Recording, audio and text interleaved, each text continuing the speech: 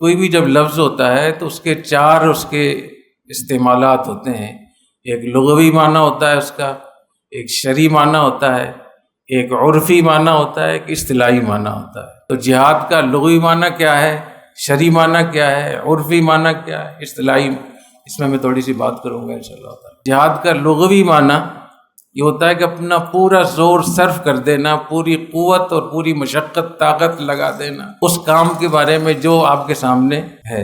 اس طریقے سے آپ اپنی قوت، کیونکہ جہد سے بھی مشتق ہو سکتا ہے اور جہد سے بھی. جہد سے مشتق ہو تو اس کا معنی طاقت کے ہے، جہد سے مشتق ہو تو اس کا معنی مشقت کے ہے. تو یہ مبالغے کا باب ہے. جاہد یجاہد، جاہد یجاہد مجاہدتاً و جہادن و جیہادن، یہ اس کا باب ہے. تو اس کا معنی ہوتا ہے کہ پوری جہد اور جہد مکمل طور پہ صرف کر دینا.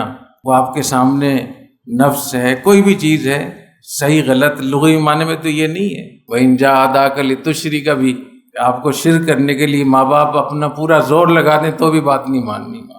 تو لغوی معنی میں یہ نہیں ہے کہ کسی اچھے کام میں آپ زور لگا دیں. استفراغ ما فی الوسع، یہ معنی ہے اس کے لغوی معنی، کہ جو کچھ تمہاری طاقت میں ہے پورا میگزین خالی کر دو، پورا، کہ کچھ میں بچے نہیں. جتنی طاقت آپ کے پاس ہے وہ پوری طاقت لگا دیں.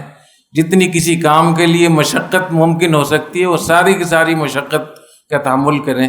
تو یہ معنی جہاد کا ہوگا. اور قرآن مجید میں 41 جگہ جہاد کا ذکر آیا ہے، جس میں 5 مرتبہ لغوی معنی میں لیا گیا ہے. اور یہ 5 آیات وہ ہیں جو مکی آیات ہیں، کیونکہ مکہ مکرمہ میں جہاد کا حکم نازل نہیں ہوا تھا. تو وہاں جو جہاد کا ذکر آیا ہے وہ لغوی معنی میں ہے. والذین جاہدوا فینا لنہدینہم سبلنا وجاہدوا فی اللہ حق جہادی. بہت سارے لوگ جب جہاد پہ تقریر کرتے ہیں تو یہ آیت پڑھتے ہیں وجاہدوا فی اللہ حق جہادی. حالانکہ مکی آیت ہے اور اس سے مراد یہ والا جہاد نہیں ہے، اس سے لغوی معنی مراد ہے. وجاہدہم بھی جہادن کبیرہ، جہاد بالقرآن، قرآن کے ذریعے سے جہاد کریں. یہ بھی مکی آیت ہے. وَإِن جَاهَدَاكَ عَلَىٰ أَن تُشْرِكَ بِي، چوتھی آیت یہ ہے. وَإِن جَاهَدَاكَ لِتُشْرِكَ بِي. تو یہ 5 آیات ہیں. باقی جتنی بھی آیات ہیں ان سب میں جہاد کا معنی اصطلاحی معنی ہے. جب بھی کسی چیز میں اس قسم کی بحث ہوتی ہے تو اصول فقہ میں جو ابحاث ہیں، جو اقسام ہیں، حقیقت، مجاز، صریح، کنایہ، ان کو ضرور دیکھ لیا کریں، وہاں سے بہت مدد ملتی. اور اس کا شرعی معنی کیا ہے؟ جب مکہ مکرمہ سے ہجرت آپ نے کی اور مدینہ طیبہ میں جب جہاد کا حکم نازل ہوا تو پھر اس کا معنی یہ ہوا کہ قتال فی سبیل اللہ کے لیے، دین کے دفاع کے لیے، یہ دین کی دعوت کو ریاست کی سطح پہ آگے پہنچانے کی، ریاست کا مطلب قصداً لگا رہا ہوں تاکہ آگے جو بحث آ رہی تو اپنی پوری قوت صرف کر دینا.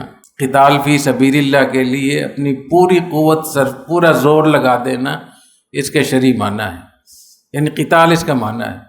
ایک بات یہ بھی بتا دوں کہ جو جہاد سے متعلق احادیث ہیں اس میں زیادہ تر حرب کا لفظ استعمال ہوا ہے، قتال کا لفظ استعمال ہوا ہے، غزو کا لفظ استعمال ہوا ہے. من لم یغزو ولم یحدث بھی نفسا. تو جہاں حرب کا لفظ ہے، غزو کے لفظ ہے، قتال کے لفظ ہے، وہاں تو کوئی دوسرے معنی ہو ہی نہیں سکتے. لیکن وہاں بھی یہ تبلیغی جماعت والے بھی تو بہت ساری حدیثیں جو حرب سے متعلق ہیں، غزو سے متعلق ہیں، قتال سے متعلق ہیں، وہاں لگا دیتے ہیں.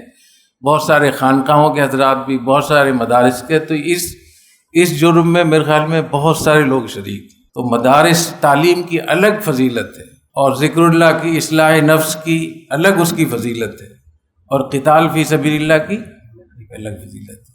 تو اس کو خلط ملط نہیں کرنا چاہیے. تو جہاد شریعت کے اس میں جیسے میں نے بتایا کہ چاروں مذہب، فقہ حنفی کو دیکھ لیں، بدائع صنائع کو دیکھ لیں، شامیہ دیکھ لیں، پھر آپ فقہ مالکی دیکھ لیں، فقہ حنبلی دیکھ لیں، فقہ شافعی، سب میں اس پہ سب کا اتفاق ہے کہ جہاد کا معنی قتال ہے. جہاد کا معنی قتال. تو شرعی معنی بھی ہو گیا. اور ایک عرفی معنی کہ عرف عام میں جہاد کو کیا کہتے ہیں، اس کو عرفی معنی کہتے ہیں. عرف عام میں تو نبی کریم صلی اللہ علیہ وسلم کے دور میں، عہد نبوی میں، عہد خلافت میں، اسلام کی جو ابتدائی اس میں جو عرف عام تھا وہاں جہاد کا معنی قتال ہی کے تھے. جب جہاد کی آواز لگتی تھی تو لوگ کدھر دوڑتے تھے؟ قتال کے لیے ہتھیار اٹھاتے تھے، اس کے فضائل لگتے تھے، ساری چیزیں. تو عرف عام صحابہ کرام کا نبی کریم صلی اللہ علیہ وسلم کے زمانے میں عرف عام کیا تھا؟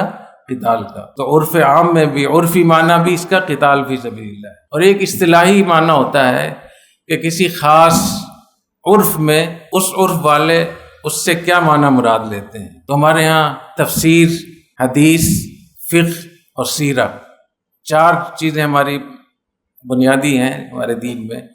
تو اہل تفسیر کو لے لیں اور علماء حدیث کو لے لیں، علماء سیرت کو لے لیں، علماء فقہ کو لے لیں. یہ چاروں اس پہ اتفاق ہے کہ جہاد کا معنی قتال فی سبیل اللہ ہے. اور یہ سب کی کتابوں میں موجود ہے، کوئی ایسی بات نہیں ہے کوئی الگ سے کوئی انکشاف ہو رہا ہے. اس سے ثابت یہ ہوا کہ جہاد کا شرعی معنی بھی قتال ہے اور عرفی معنی بھی قتال ہے اور اصطلاحی معنی بھی قتال. باقی اگر آپ حکومتوں میں جیسے تنخواہیں ملتی ہیں نا تو یہ پتہ ہوتا ہے کہ یہ تنخواہ کس محکمے کی ہے اور یہ تنخواہ کس محکمے کی. تو وہاں کسی کو شبہ ہوتا ہے کہ پتہ ہی چل رہا، ہر آدمی کہتا ہے نہیں مجھے بھی یہ تنخواہ دیں کیونکہ میں بھی اس میں شامل ہوں. تو ایسی اللہ تعالیٰ نے نماز ہے، روزہ ہے، زکوٰۃ ہے، حج ہے، ہر چیز کے الگ الگ اس کی چیزیں رکھی ہیں. تو جہاد کے ساتھ یہ کھلواڑ نہیں ہونا چاہیے. اگر ہم جہاد نہیں کر سکتے کم از کم معنی میں تو تحریف نہ کریں.